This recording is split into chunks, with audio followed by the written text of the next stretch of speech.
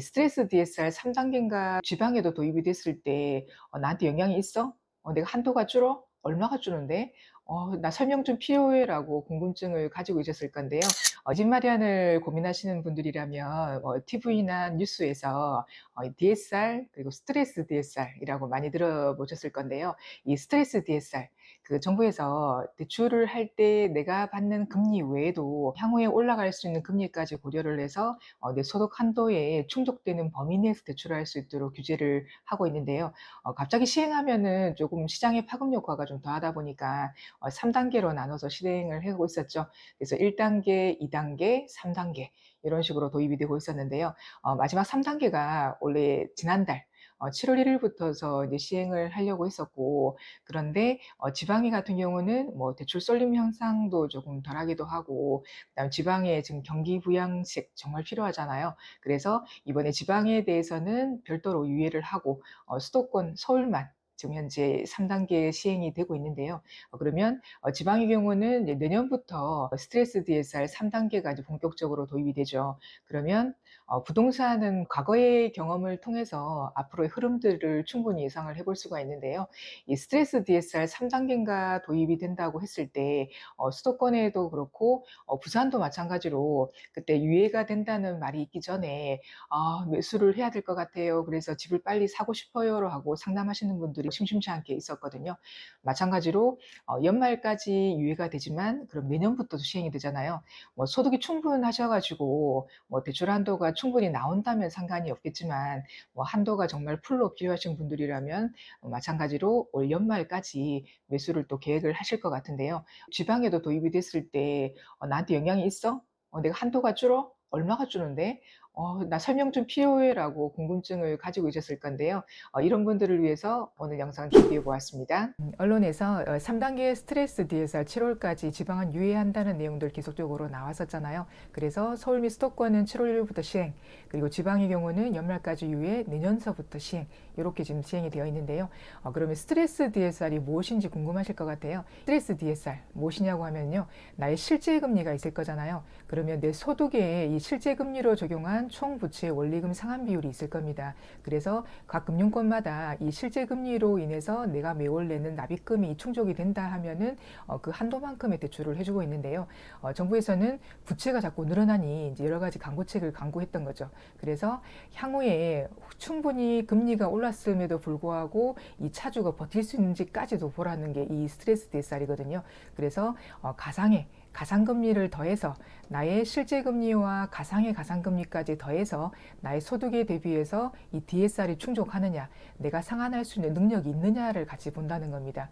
즉 매월 내는 나의 납입금은 변동 당연히 되진 않고요. 나의 실제 이율로 계산을 하기 때문에 나의 납입금이 올라가는 것은 아니고 DSR 한도 계산할 때 이 가상금리를 합산해서 향후에 금리가 오름에도 불구하고 내가 이 금리를 반당할 수 있을런지까지 보는 게 이 스트레스 DSR, 즉 DSR에다가 스트레스를 준다라고 보시면 되겠습니다. 그래서 이게 스트레스 DSR 같은 경우는요, 1단계, 2단계, 3단계가 있었고 지금 이제 3단계 단계까지 왔는데요.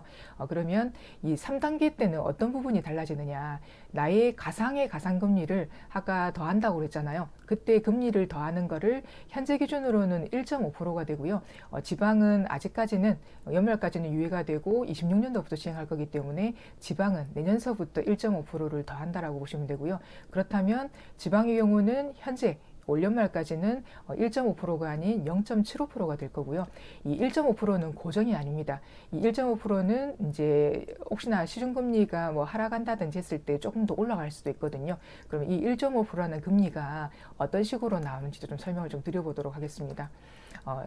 최저 1.5%에서 최고 3%까지 이 스트레스 가상금리를 적용할 수 있도록 발표를 했는데요. 그러면 만약에 이제 최근 5년 안에 최고의 금리를 금융당국에서 발표를 하거든요. 그게 이제 22년 12월에 5.64%였다는 것을 금융당국에서 발표를 했습니다. 그러면 이 5.64%의 최고 금리를 버틸 수 있는지를 보게 되는데요. 매 분기마다 그 전에 이번 분기는 시중의 가중평균금리를 발표를 한국은행에서 합니다. 가령 7월, 8월, 9월의 금리 같은 경우는 5월 달에 이제 한국은행에서 공시를 했는데요. 이게 4.26%입니다. 요 4.26이라는 거는 시중 금융기관에서 주택담보대출, 뭐 신용대출, 뭐 기타 대출 등 모든 것들을 가정평균한 금리인데요. 이 금리를 고시를 했을 때 이 금리가 이제 현재 7월, 8월, 9월에는 5월 달에 고시된 4.26%로 고시가 되는데요. 그러면 직전에 5년 안에 최고였던 금리가 5.64, 그리고 이번 7, 8, 9월에 대한 해당되는 금리가 4.26이라 가정을 하면 이 5.64에서 4.16을 빼면 1.38%의 차이가 생깁니다. 그랬을 때 스트레스 DSR 가산금리 할 때 최저 아무리 차이가 작더라도 1.5%는 가산을 하도록 돼 있거든요. 그래서 지금 현재로는 이 차이가 1.5%보다 작기 때문에 아까 1.5%를 가산을 한다는 거고요. 만약에 내년에 경기 상황이 갑자기 흐름이 좋아져서 금리가 예를 들어서 뭐 1.26이 됐다. 뭐 그럴 가능성은 없지만요. 그랬을 때 만약에 5.64에서 1.26을 빼게 되면은 실질적으로 거의 4% 이상 차이가 나잖아요. 이랬을 때는 스트레스 가산금리에 최고 3%를 더하겠다는 겁니다. 그러니까 이런 식으로 한국은행에서 고시된 금리의 차이와 최고였던 금리와의 차이를 봤을 때 그 차이를 보고 최저 1.5%에서 최고 3%까지 더하게 되는데요. 그래서 지금은 최저 1.5%를 더하고 있는 실정이고요.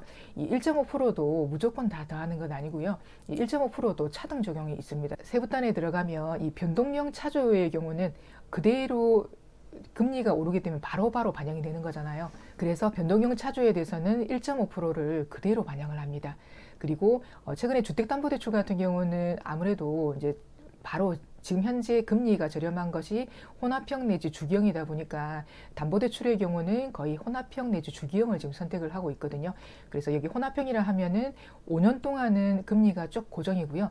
5년 지나면은 6개월마다 변동된다라고 보시면 됩니다. 그래서 고정형과 그다음 변동형이 혼재한 게 이 혼합형이라고 하는데요. 그래서 정부에서는 고정금리를 좀 더 유도하자는 취지로 이렇게 혼합형의 경우는 아까 1.5%를 다 반영하는 건 아니고요.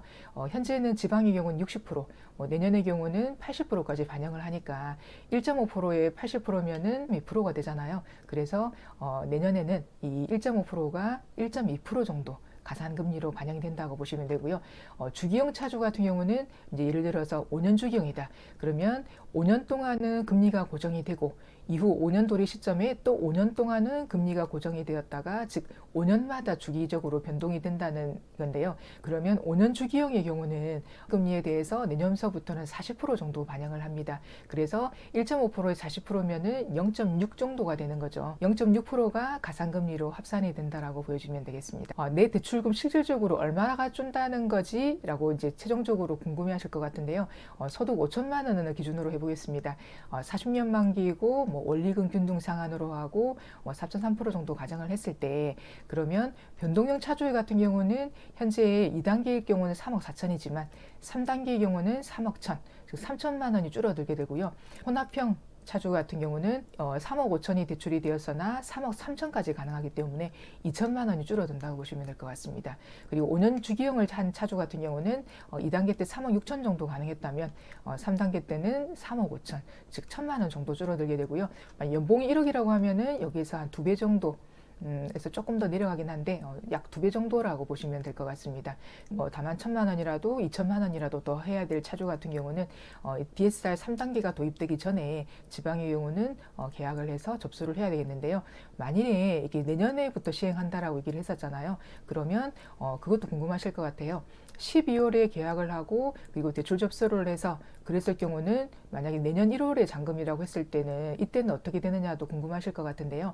12월에 계약을 하고 그리고 12월 날 대출 승인을 받았다면 이미 받았기 때문에 이때의 경우는 2단계 지방의 경우도 2단계의 기준으로 한도가 적용이 될 거고요. 그래서 이후에 바뀌더라도 한도 승인받은 부분에 대해서는 이상이 없도록 되겠습니다.